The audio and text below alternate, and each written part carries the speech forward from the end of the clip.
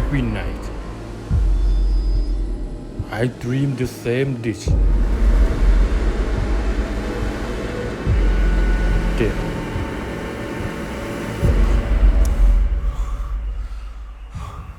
the journey begins.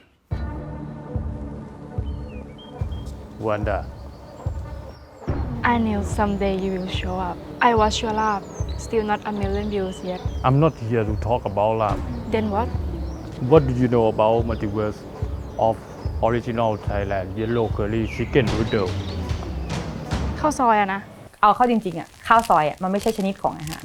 เป็นลักษณะในการทำเชียงตุ้ง12ปันนาไทยลือก็มีทั้งเส้นเหลืองเส้นขาวเส้นเต้าหู้เส้นแห้งเส้นใหญ่เส้นแห้งเส้นฝอยเส้นแห้งเส้นกลางซึ่งมีเยอะมากแต่ความสุกความหนืดความอะไรไม่เหมือนกันเลย จะปรุงชนิดต่างๆอะไรก็จะต้มจะซุปจะแห้งจะยำอะไรก็แล้วแต่ล้วนทั้งหมดคือข้าวซอยทำไมเราไม่เรียกก๋วยเตี๋ยวทำไมเรียกข้าวซอย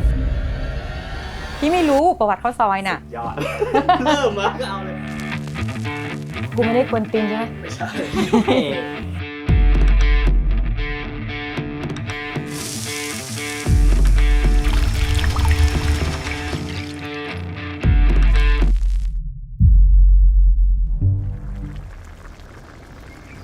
โตมาก็ได้กินแล้วข้าวซอยจากการเดินทางต่างหากที่ค่อยมาตั้งคำถามว่าแล้วข้าวซอยมันคืออะไรข้าวซอยอาจจะเป็นอาหารของชนกลุ่มน้อยต่างๆไม่ใช่ระดับที่เป็นเจ้าของประเทศหรือตำรับของผู้อ่านออกเขียนได้ไงชนกลุ่มน้อยต่างๆน่าจะเป็นคนที่ประดิษฐ์คิดค้นหาทางหาเวในการกิน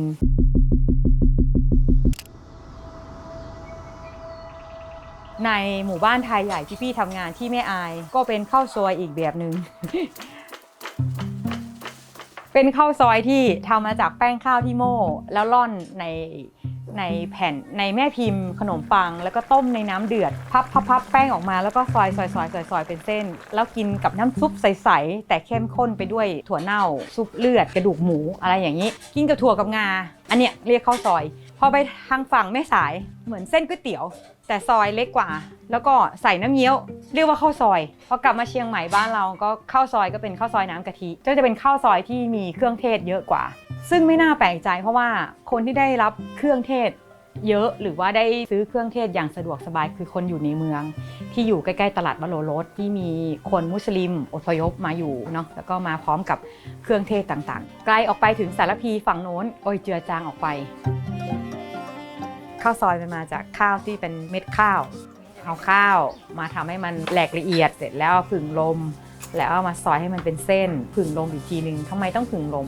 สมมุติว่ามันเป็นข้าวมาเลยเนี่ยมันจะเละมันก็จะละลายไปเป็นโจ๊กไปเลยเพราะฉะนั้นรอผึ่งลมให้มันเซ็ตตัวแล้วก็บางสูตรใช้น้ำมันเป็นตัวเคลือบด้วยอันนี้พี่ก็ได้ข้อสันนิษฐานมาจากคุณจินห่อที่อยู่ตลาดห่อเขาเป็นคนบอกเองว่าอันนี้เนี่ยข้าวซอยของจริงอ่ะซึ่งมีวิธีกินเยอะมาก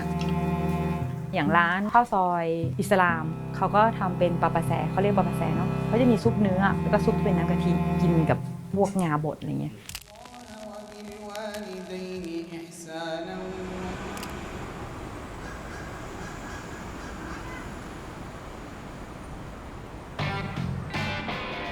คนรู้จักกันทั่วไปนี่กับว่าข้าวซอยเป็นอาหาร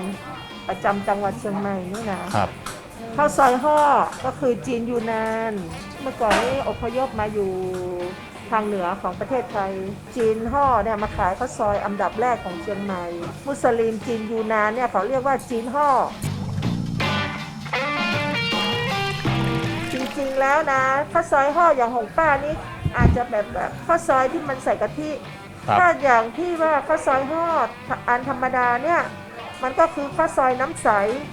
มันจะมีผักกาดดองอย่างป้ามีแต่ผักกาดดองเขาก็ไม่กินแบบนี้เขาก็จะเอามาผัดกับเนื้อหรือว่าไก่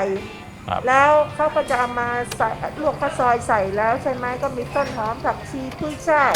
แล้วจะมีผักกาดดองเนี่ยโรยหน้าหน่อยเสร็จกระเทียมเจียวน้ำซุปเนี่ยเนาะแล้วเขาก็จะมีไก่ต้มเนื้อต้มต่างหากไงจีนจริงๆเขาก็ไม่ได้กินกะทิในประเทศจีนอ่ะเนาะเขาจะเป็นชอบน้ำซุปเพราะว่าอากาศเขาเย็นเนาะ แต่เมืองเชียงใหม่นี่เป็นข้าวซอยห่อที่มันเป็นกะทิเพราะว่าการอพยพการเดินทางมันไม่ได้ทันสมัยเหมือนสมัยนี้ไงเอาม้าเอาล้อขึ้นอันภูเขามามันก็ต้องผ่านพม่าแล้วในพม่าเขาก็เรียกข้าวซอยของพม่าเขาจะมีไข่ไง อ๋อ มันก็เหมือนก๋วยเตี๋ยวแขกนะเนาะคล้ายๆกันไงมีซีอิ๊วดำหน่อยซีอิ๊วอย่างเงี้ยนะตามคนจีนชอบกินไง ครับ แล้วของป้านี่มันก็มีซีอิ๊วเหมือนกันแต่เป็นน้ำใสมาเป็นกะทิไงไก่ต้มก็ไม่ต้องมีแต่เป็นแกงแทนไงก็มันก็อร่อยกว่าเยอะอ่ะอย่างอันน่ะเนาะ อันมันจะดังอ่ะข้าวซอยนี่มันจะต่างกับบะหมี่ตรงที่ว่าข้าวซอยเส้นข้าวซอยนี่มันจะใส่ไข่เยอะไงแล้วมันจะเหนียวนุ่มเนาะใช่ตั้งแต่เริ่มทำก็เอาแป้งมาใส่ไข่แล้วนะจ๊ะแล้วใส่เครื่องลงไปรีดมาให้มันเป็นเส้นออกมานะจ๊ะป้าก็ไม่ได้ทำแต่เห็นมันเป็นอย่างเงี้ยออกมา อย่างเดียวที่ป้าไม่ได้ทำในร้านนี้คือเส้นข้าวซอย สำคัญด้วยนะเส้น เส้นนั้นสำคัญไม่ได้ทำสั่งอย่างเดียวชี้อย่างเดียวข้าวซอยของป้านี่มันเครื่องเทศจริงๆมันก็ไม่ใช่เนื้อตุ๋นแบบก๋วยเตี๋ยวก็ไม่ใช่ เอาเข้าจริงๆข้าวซอยมันไม่ใช่ชนิดของอาหารมันเป็นลักษณะในการทำก็คือข้าวหรือแป้งต่างๆทำออกมาให้มันเป็นเส้นซึ่งจะปรุงชนิดต่างๆจะต้มจะซุปจะแห้งจะยำอะไรก็แล้วแต่ล้วนทั้งหมดคือข้าวซอยถ้าพูดอย่างนี้มันแสดงว่ามันก็ไม่มีออริจินอลละถูกไหมเราก็ไม่ต้องนึกถึงว่าข้าวซอยต้นฉบับเป็นยังไงคะอ๋อมันต้องน้ำข้นๆแบบคนเจียงใหม่นะเจ้าอุ้ยมันต้องใส่ถั่วเน่าแบบคนเจียงไฮ้นะเจ้าเพราะฉะนั้นก็ไม่มีออริจินอลละการแสวงหาเรื่องการกินเส้นพี่ว่ามันไม่หยุดอะคนทดลองที่จะทำคนทดลองที่จะกินพี่ว่าในอนาคตอะเรื่องเส้นพวกนี้น่าจะสนุกค่ะ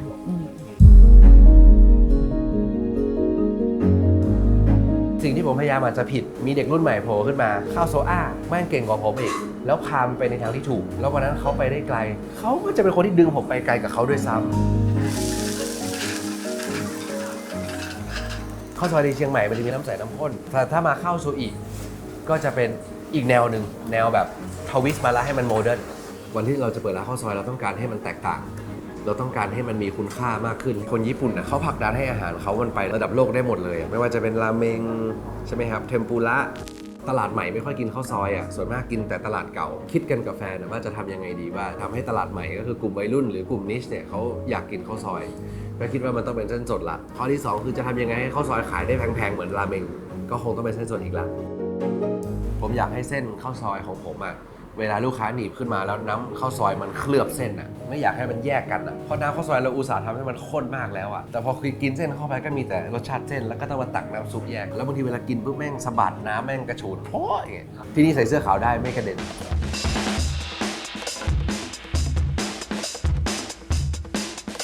ก็ผมคิดว่าผมอยากจะทำให้ร้านข้าวซอยผมประสบความสำเร็จในมุมเดียวกันกับที่ราเมงทำได้เพื่อให้วันหนึ่งเมนูข้าวซอยของเชียงใหม่มันไปได้ทั่วโลกทุกจังหวัดผมอยากให้วันหนึ่งที่ออสเตรเลียหรือที่ไหนก็ตามที่คนทำงานเขาคุยกันว่าเฮ้ยเราไปกินอะไรกันดีเหมือนเป็นน้องบอกไม่มีอะไรไปกินข้าวซอย Northern Thailand เชียงใหม่ Yellow Curry Chicken Noodle โอ้โหสนุกมากเลยเวลาอธิบายพวกแม่งทีWhat โอ้ยังไม่เข้าใจใช่ไหมเดี๋ยวกูอธิบายเพิ่มให้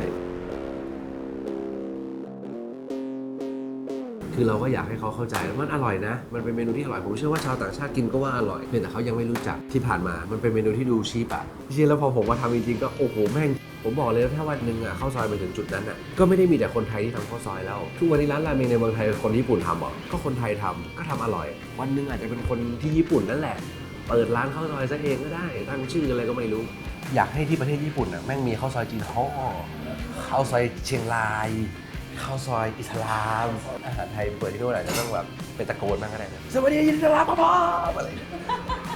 คือผมอยากจะผลักดันเมนูร้านนาของเราที่เรียกว่าข้าวซอยเนี่ยไปให้ไกลที่สุดเท่าที่จะไกลได้ไม่ใช่แค่ในประเทศไทยผมไม่รู้หรอกในจวบจนผมหมดแรงเนี่ยมันจะไปได้ไกลขนาดไหนเชียงใหม่เนี่ยแม่งมีข้าวซอยแม่งแบบผมว่าแม่งต้องมีเกิน100ช็อปนะแต่อยากให้ไปกินร้านข้าวซอยที่ขายแต่ข้าวซอยก็อยากให้ทุกคนได้ลองมากินข้าวซอยทุกแบบเลยเป็นของไทยที่คุณไม่ควรพลาดช่วงที่ประเทศไทย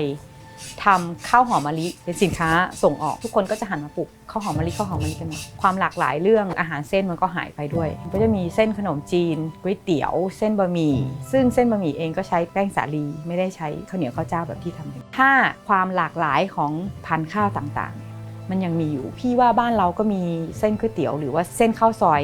อาจจะมีเยอะแยะเหมือนที่บ้านเขาเหมือนที่12 บรรนาหรือที่เชียงตุงจะเห็นได้ว่าที่ผ่านมาเราพูดถึงอดีตเป็นอย่างนั้นอดีตเป็นอย่างนี้ทำไมอนาคตเราจะมองไม่เจอมองไม่เห็นเพราะว่าเรารู้จักแต่แป้งสาลีแป้งข้าวเหนียวแป้งข้าวเจ้าแต่ถ้าหันกลับมาดูเส้นอย่างเส้นยโสเขามีเส้นที่ทำจากข้าวเหลืองยโสธรเส้นเขาจะออกเป็นเส้นแข็งกว่าข้าวจะกินกับแกงหรือกินกับอาหารไม่อร่อยแต่ด้านเหมาะกับการทำเส้นแต่ข้าวภาคเหนือเนี่ยทำเส้นออกมาไม่ได้เลยเหลวเปรี้ยวคือมันอ่อนเกินไปเพราะนั้นถ้ายังมีการพัฒนาพันธุ์ข้าวหรือพี่ไม่ได้หมายความว่าเราจะต้องหันกลับไปหาพันธุ์ข้าวดั้งเดิมเนาะเราสามารถปรับปรุงพันธุ์ข้าวจากพันธุ์ข้าวดั้งเดิมต่างๆให้มันเหมาะสำหรับการทำเส้นข้าวซอยในแบบต่างๆมันรสชาติแตกต่างกันออกไปซึ่งพี่ว่าในอนาคตอะเรื่องเส้นพวกนี้น่าจะสนุกค่ะพี่ว่ามันไม่หยุดพัฒนาการไปแค่นี้หรอกส่งผลต่อมูลค่าของข้าวด้วยค่ะเป็นเม็ดมันอาจจะมีราคาหนึ่งแต่ถ้ามันออกมาเป็นเส้นสดเส้นแห้ง